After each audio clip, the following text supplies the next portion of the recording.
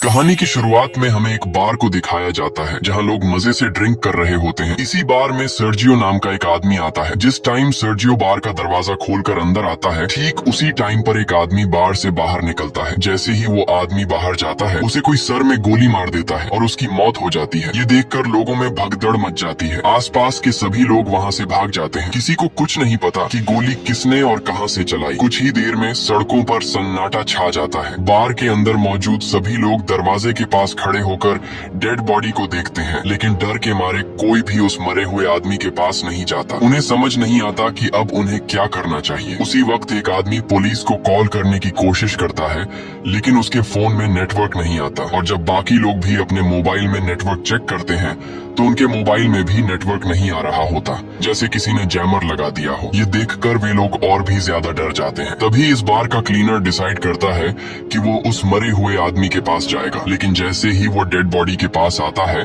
तभी उसे भी कोई शूट कर देता है। यह देखकर बार के अंदर मौजूद सभी लोगों की सांसें गले में अटक जाती हैं और डर के मारे जमीन पर लेट जाते हैं ताकि स्नाइपर उन्हें शूट न कर सके। सभी को एक बात समझ आ जाती है कि बार से बाहर जाने का मतलब अपनी मौत को बुलाना है। वे लोग टीवी ऑन करते हैं ताकि उन्हें पता चल सके कि आखिर यहाँ क्या चल रहा है, लेकिन इस हादसे के बारे में टीवी पर कोई खबर नहीं चल रही होती। वो लोग परेशान हो जाते हैं कि मैड्रिड जैसे बड़े शहर के बीचों बीच दो लोगों को सड़क पर गोली मार दी गई, लेकिन इसके बारे में टीवी पर कुछ भी नहीं दिखाया जा रहा। जैसे ही उनकी नजर बाहर जाती है तो वहाँ से दोनों लाशें गायब हो चुकी होती हैं और साथ ही उनका खून भी वहाँ से साफ कर दिया गया होता है। सभी को कुछ समझ नहीं आता कि यहाँ क्या हो रहा है। तभी सीटूर कहता है कि मुझे लगता है कि किसी ने हम सबको किडनैप कर लिया है और वो चाहता है कि हम में से कोई भी यहाँ से बाहर न निकले। तब सर्जियो कहता है कि हो सकता है हम में से कोई एक आतंकवादी हो जिसके पास कोई बॉम्ब हो और सरकार उसे पकड़कर मारना चाहती हो ताकि वो यहाँ से बाहर जाकर पब्लिक प्लेस में ब्लास्ट न कर सके। ये सुनकर एक आदमी जिसका नाम नाचो है, वो चुपके से अपने पैर से एक ब्लैक कलर के बैग को छुपा देता है। ऐसा करते हुए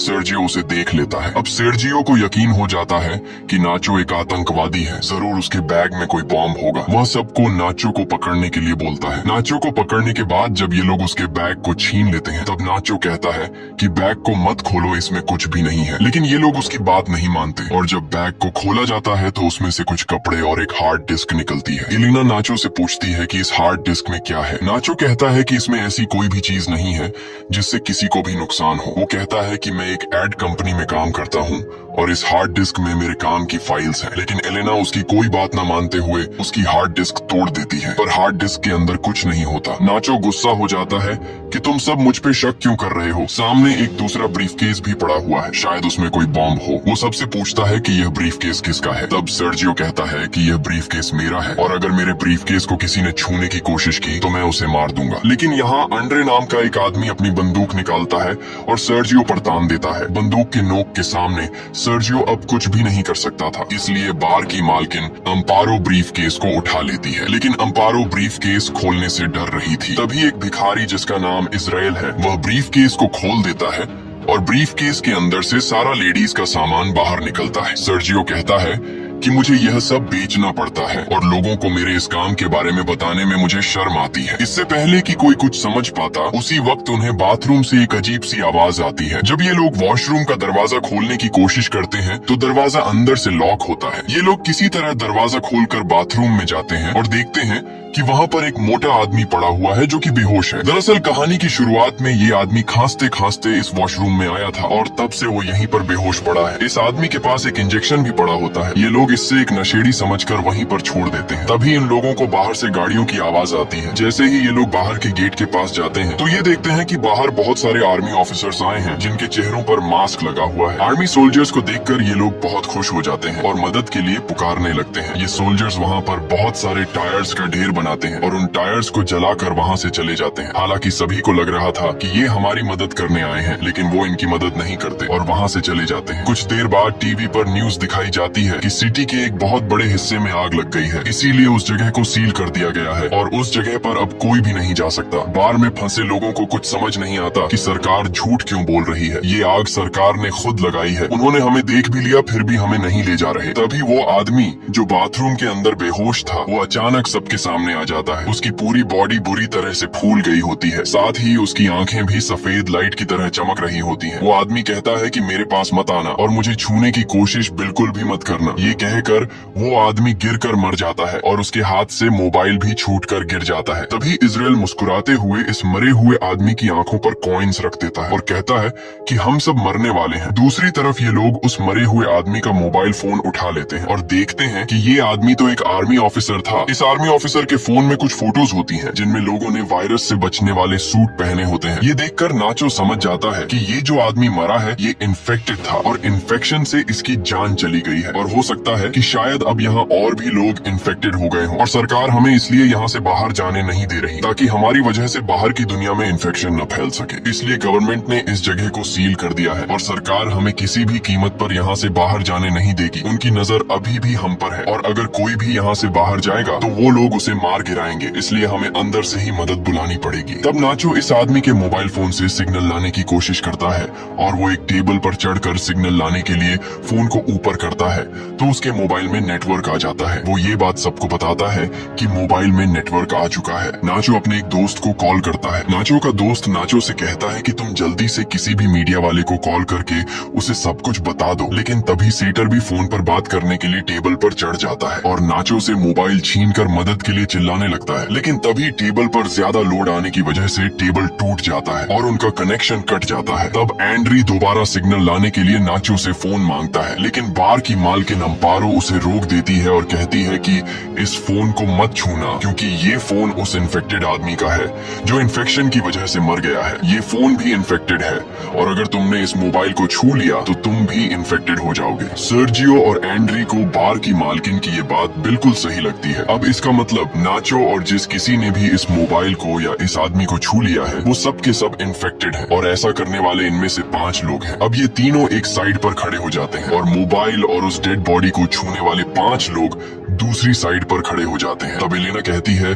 कि हमें पागलपंती नहीं करनी चाहिए, घंटों से हम एक दूसरे के साथ हैं, अगर हमें इन्फेक्टेड होना होता तो अब तक हम इन्फेक्टेड हो जाते। लेकिन एंड्री अपनी बंदूक निकालकर एलेना से कहता है कि मुझसे दूर रहो नहीं तो मैं तुम्हें मार दूंगा। इसके बाद बार की मालकिन सर्जियो और एंड्री सभी को अपनी बंदूक से धमकाता है और कहता है कि तुम सब नीचे बंकर में चले जाओ और हम तीनों को यहीं पर छोड़ दो ताकि तुम्हारी वजह से हम लोग इन्फेक्टेड ना हो जाए और अपने साथ इस इन्फेक्टेड डेड बॉडी को भी नीचे बंकर में ले जाओ। ये 5 ऐसा करने से इनकार कर देते हैं, लेकिन तभी एंड्री गोली चलाता है जिसके बाद इन लोगों को मजबूरन उनकी बात माननी पड़ती है और ये सभी 5 लोग डेड बॉडी को लेकर नीचे बंकर में चले जाते हैं और उनके पीछे बंकर का दरवाजा ऊपर से बंद कर दिया जाता है। अब ऊपर बस 3 लोग बचे हुए हैं। नीचे बंकर में मौजूद 5 लोग बहुत ज्यादा परेशान होते हैं। तभी ट्रिनी नाम की एक औरत की तबीयत अचानक बहुत ज्यादा खराब हो जाती है। वो सीढ़ियों पर चढ़कर बाहर के 3 लोगों को चिल्ला चिल्ला कर दरवाजा खोलने के लिए कहती है, लेकिन कोई उसकी बात नहीं सुनता। सीढ़ियों पर खड़ी होकर दरवाजे को मारने के दौरान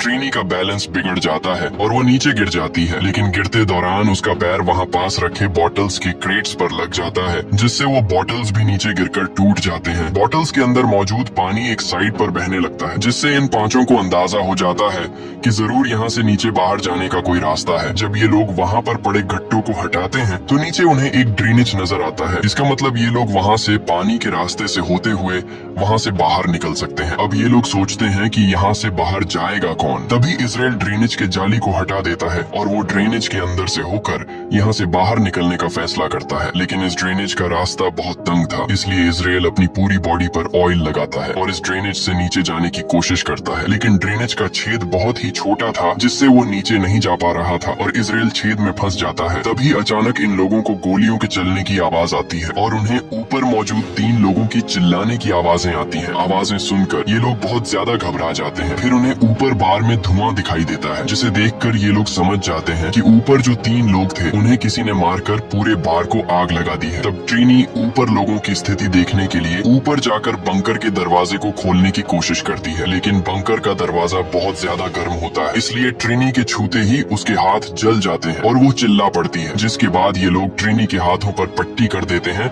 जिससे ट्रिनी को थोड़ा सुकून मिल जाता है। वहीं दूसरी तरफ इजराइल अभी भी बुरी तरह से ड्रेनेज में फंसा हुआ होता है। अब वो लोग सब एक साथ मिलकर इजराइल को ड्रेनेज से बाहर निकालते हैं। इसके बाद ये लोग नीचे बैठकर चुपचाप इंतजार करते हैं जब तक ऊपर का मामला शांत न हो जाए। कुछ घंटों बाद आग पूरी तरह से बुझ जाती जाती है और वो लोग ऊपर बार में आने का फैसला करते हैं।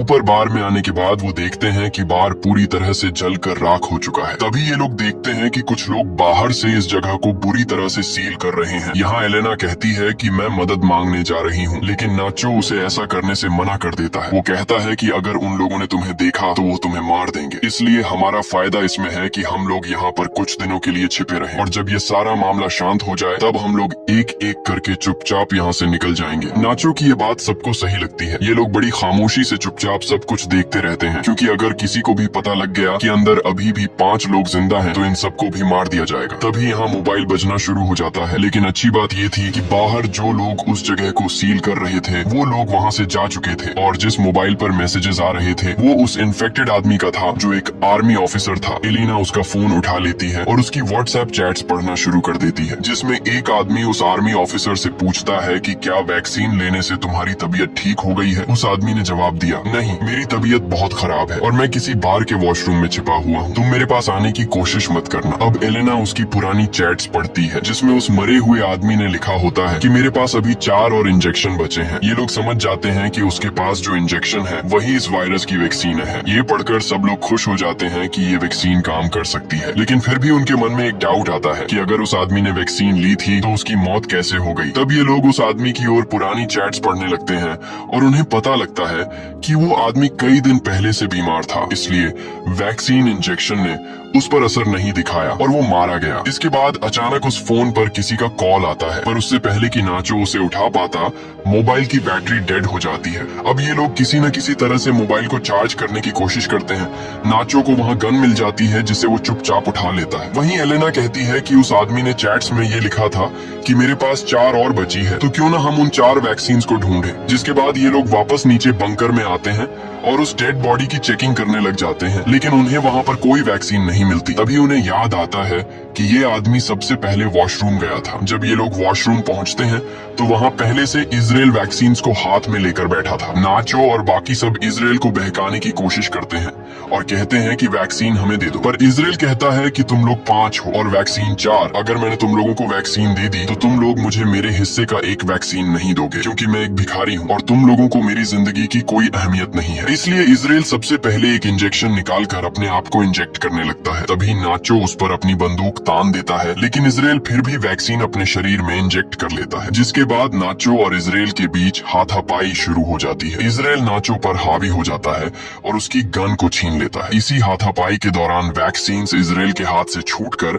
नीचे बंकर में गिर जाती है। ट्रेनी जल्दी से बंकर में जाकर वैक्सीन को उठा लेती है। वैक्सीन को हाथों में लेकर वो बहुत खुश होती है, लेकिन उसके हाथ पर पटिया होने की वजह से वह वैक्सीन को सही से पकड़ नहीं पाती और तभी उसके हाथ से वैक्सीन छूट जाती है और नीचे नाले में गिर जाती है। अब ये लोग दोबारा परेशान हो जाते हैं और सोचते हैं कि हम में से किसी न किसी को तो नीचे जाना पड़ेगा। इन सब में से एलेना सबसे पतली होती है, इसलिए ये लोग उससे पूछते हैं कि क्या तुम अंदर जाकर उन वैक्सीन को ला सकती हो। पहले तो एलेना मना कर देती है, लेकिन फिर बाद में वह मान जाती है, जिसके बाद एलेना की बॉडी पर ऑयल लगाया जाता है और उसे उस छोटे से छेद के अंदर जबरदस्ती धकेलने लगते हैं। बड़ी ही मशक्कत के बाद वो नीचे नाले में गिर जाती है। काफी देर तक नाले के पानी में ढूंढने के बाद आखिरकार एलेना को वैक्सीन मिल जाती है और वह पानी से बाहर आ जाती है। तभी नाचो एलेना की तरफ नीचे एक तार फेंकता है और नाचो उससे कहता है कि तुम वैक्सीन को इस तार से बांध लो और फिर मैं इन वैक्सीन को ऊपर ले आऊंगा। लेकिन एलेना साफ साफ मना कर देती है, क्योंकि वो जानती है ऊपर 3 लोग हैं और वैक्सीन भी सिर्फ 3 ही बची है। वह कहती है कि अगर मैंने तुम लोगों को वैक्सीन दे दी तो तुम लोग वैक्सीन का इस्तेमाल कर लोगे और मुझे बिना वैक्सीन के यहीं पर छोड़ दोगे। एलेना सबसे कहती है कि अगर तुम्हें वैक्सीन चाहिए तो तुम लोगों को नीचे आना पड़ेगा। मैं अभी इस वैक्सीन का इस्तेमाल नहीं करूंगी और अपने पास संभाल कर रखूंगी।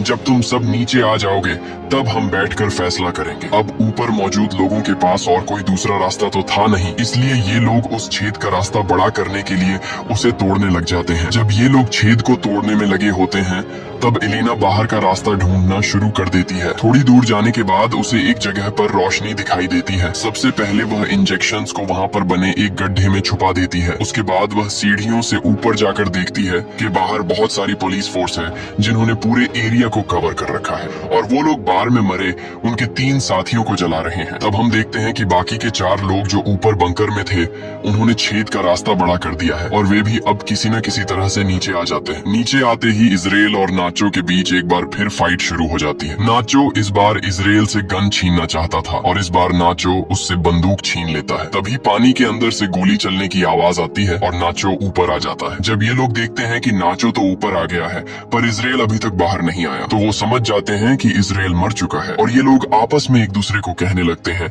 कि नाचो ने इजराइल को मार डाला। लेकिन नाचो कहता है कि उसने इजराइल को नहीं मारा बल्कि इजराइल कहीं पर तैर कर चला गया। पर ये लोग नाचो की बात पर यकीन नहीं करते क्योंकि उन्हें समझ आ जाता है कि नाचो हमसे अपना गुनाह छुपा रहा है। ये लोग नाचो को गन फेंकने के लिए कहते हैं पर नाचो मना कर देता है। अब नाचो पहले तो बहुत ही प्यार से एलेना से पूछता है कि वैक्सीन कहाँ है, लेकिन जब एलेना नहीं बताती तो नाचो सीतुर को गन पॉइंट पर ले लेता है और एलेना को वैक्सीन देने के लिए कहता है। अब यहाँ नाचो कहता है कि हमारे पास 3 वैक्सीन है और अगर मैं सीतुर को मार दूं तो हम आसानी से एक दूसरे के साथ वैक्सीन बांट लेंगे। लेकिन एलेना ऐसा करने से मना कर देती है। वो कहती है कि सीतुर को मत मारना, मैं तुम्हें वैक्सीन देने के लिए तैयार हूँ। इसके बाद एलेना इनको बाहर की तरफ ले जाती है जहाँ उसने वैक्सीन छिपा रखी थी। धीरे धीरे ये लोग आगे बढ़ते रहते हैं। नाचो और एलेना आगे चलते हैं जबकि सीतुर और ट्रिनी उनके पीछे चलते हैं। तभी सीतुर पानी में गिर जाता है और ट्रिनी जैसे तैसे करके अपनी जान पर खेल कर सीतुर को बचा लेती है। ट्रिनी यहाँ सबसे कहती है कि हम चारों में से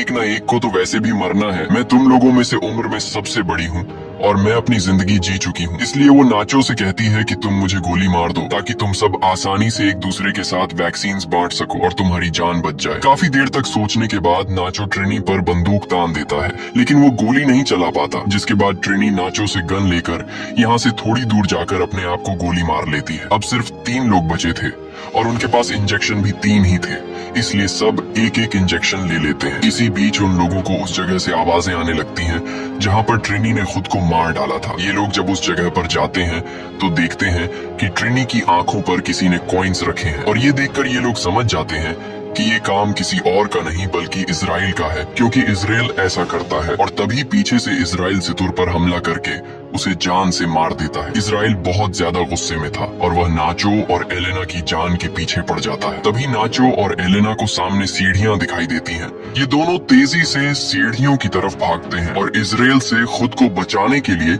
सीढ़ियों पर चढ़ने लगते हैं। पर तभी एलेना के पास जो इंजेक्शन होता है वो उसके हाथ से छूटकर नीचे गिर जाता है। अब क्योंकि इजराइल भी उनको मारने के लिए उनके पीछे सीढ़ियों पर चढ़ रहा था, इसलिए अब एलेना इंजेक्शन उठाने के लिए वापस नहीं जा सकती थी, क्योंकि अगर वह नीचे जाती तो इजराइल उसे मार देता। तभी इजराइल नाचो को पैर से पकड़ लेता।